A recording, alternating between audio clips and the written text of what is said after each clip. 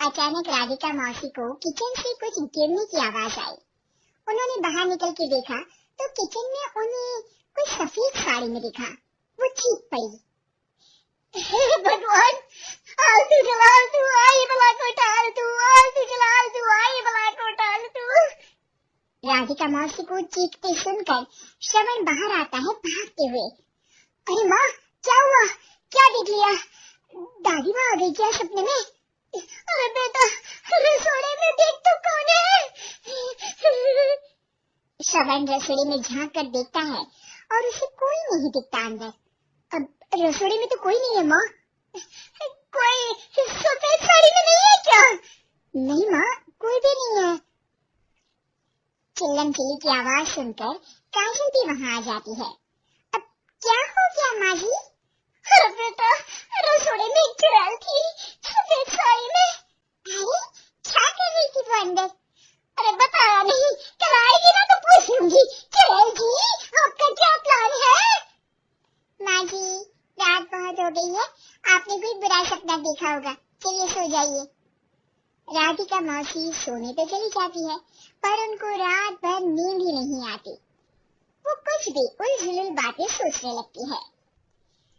कहीं चुड़ैल की वजह से तो घर में टेंशन नहीं हो रहा, कहीं उसी की वजह से तो वो दादी नहीं बन पा रही। सुबह जब राधिका मौसी रसोड़े में छानबीन करती है तो पाती है कि नींबू का अचार गायब है। चुड़ैल नींबू का अचार ले गई, मुझे तो ठीक नहीं लग रहा कुछ। चुड़ैल को भी पता है कि जिंदगी का असली मजा तो खट्टे में ही है। राधिका मौसी झट से श्रवण को फोन कर देती है। बेटा, मुझे समस्या समझ में आ गई है, हमें एक तांत्रिक की जरूरत है। अरे क्या बोल रही हो माँ, तांत्रिक की क्या जरूरत है? आप पूजा पाठ तो कर ही रही हो ना। आलतू जलालतू मंत्र सारे फालतू जैसे कुछ मंत्र पढ़ो, चली जाएगी अपने आप चुड़ैल। अरे नहीं बेटा, कभी चुड़ैल को कम नहीं समझते। अरे तुझे पता भी नहीं चलेगा कि कभी वो छल करके काजल की जगह घर की बहू खुद बन जाएगी। क्या माँ, कुछ भी बोल रही हो? कहाँ काजल और कहाँ चुड़ैल? वैसे एक बात बताओ, काजल को अगर गाने के लिए बोल देना तो चुड़ैल काजल की आवाज सुनकर घर तो क्या, घर भी लोग छोड़कर चली जाएगी। तुम ना पढ़े लिखे बच्चे हर चीज को मजाक समझते हो। तुम रहने दो, मैं खुद ही तांत्रिक को बुला लेती हूँ। अच्छा सुन, शाम को इमली लेके आना। क्या है कि चटनी खाए बहुत दिन हो गए है ना। नहीं माँ, इमली तांत्रिक से ही मंगवा लो ना, आटा वगैरह भी उसी से पिसवा लेना। देखो मुझे काम करना है।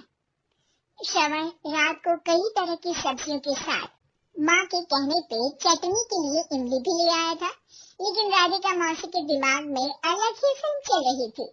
उन्हें अब सिर्फ शक ही नहीं यकीन होने लगा था कि शायद चुड़ैल ने श्रवण पर अपना जाल बिछा दिया था, जिस वजह से श्रवण उनकी बात ही नहीं मान रहा था। पर कोई नहीं, आने वाली रात में राधिका मौसी खुद तैयार हो गई चुड़ैल को पकड़ने के लिए।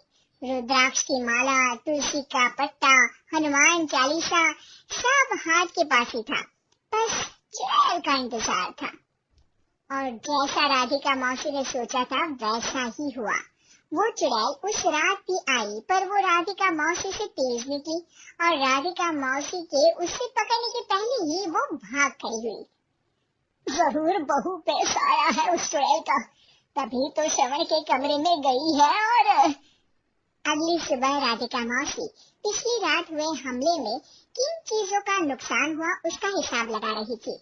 उनके खेमे से एक आम के अचार की शीशी भी गायब हो चुकी थी और वो इमली भी जो कल श्रवण लेकर आया था। राधिका मौसी इस बारे में सोच ही रही थी कि श्रवण जल्दी से रसोड़े में आकर दवाइयों की पोटली ढूंढने लगता है। अरे बेटा, क्या हो गया? अब माँ, वो काजल की तबीयत खराब है, बहुत घबराहट हो रही है उसे। हे भगवान, मैंने पहले ही कहा था कि तांत्रिक को बुला लेते हैं, पर नहीं, अब देखो उस चुड़ैल ने काजल को अपने वश में करना शुरू भी कर दिया है।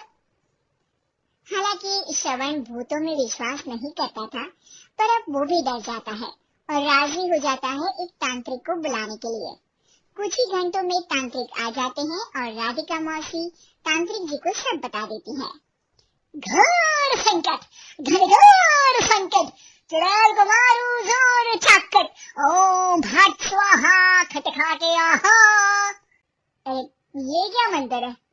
मेरे खुद का ओरिजिनल मंत्र है, कल रात को ही लिखे है, अच्छे लगे तो दाद चाहूंगा।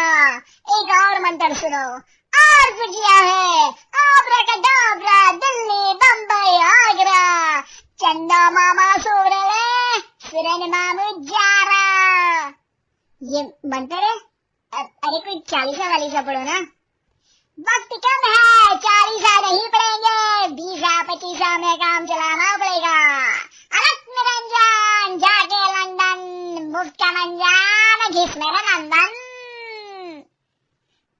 अरे जल्दी करो तांत्रिक जी, जल्दी करो। तांत्रिक अपने उल-झलूल मंत्र पढ़ने लगता है। श्रवण को तांत्रिक पे शक होता है।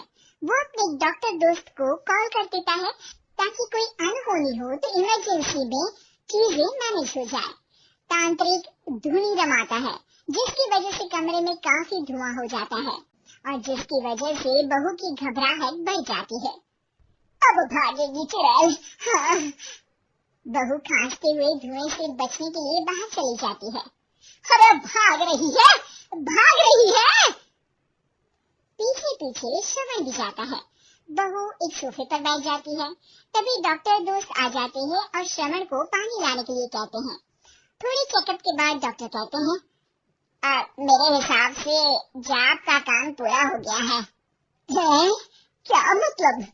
अरे कुछ भी नहीं माँ, कोई चुड़ैल नहीं है, खुशखबरी है, अब दादी बनने वाली है। मगर वो सब अचार के डब्बे।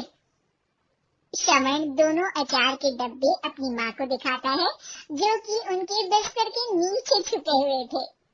आपने सही बोला था माँ, वो चुड़ैल काजल ही थी जो खट्टा खा रही थी।